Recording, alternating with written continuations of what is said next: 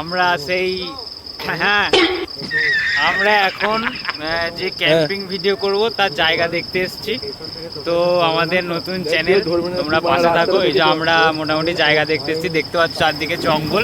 এই যে আমার বাইক আর ওই যে সুপ্রকাশের একটা বাইক, অন্ধকার মোটামুটি দেখতেই পাচ্ছ চারদিকে বড় বড় গাছ, তার মানে জঙ্গল।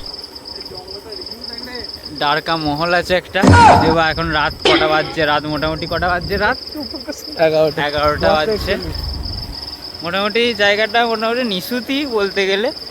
এবার জায়গাটা আমরা একটু দেখবো এধার ওধার করে। মানে আমরা এখন এসছি, আমরা মোটামুটি 10 কিলোমিটার ট্রাভেল, 10 কিলোমিটার কি 20-25 কিলোমিটার, 20-25, হ্যাঁ আমি ছোটো ছেলের মতো কথা বলছি, মোটামুটি 34 কিলোমিটার মতো ট্রাভেল করে এসছি আমরা। আজকে তো জায়গাটা দেখছি, কারণ হুট করে কোনো জায়গাতে এরকমভাবে থেকে যাওয়া যাবে না। এর ব্যাপারটা হচ্ছে আমরা এর আশেপাশে একটা জায়গায় এমনি আছি, এমনি একটা ছোট শেল্টারের মতো আছে। হোটেল এখানে সেরকম নেই।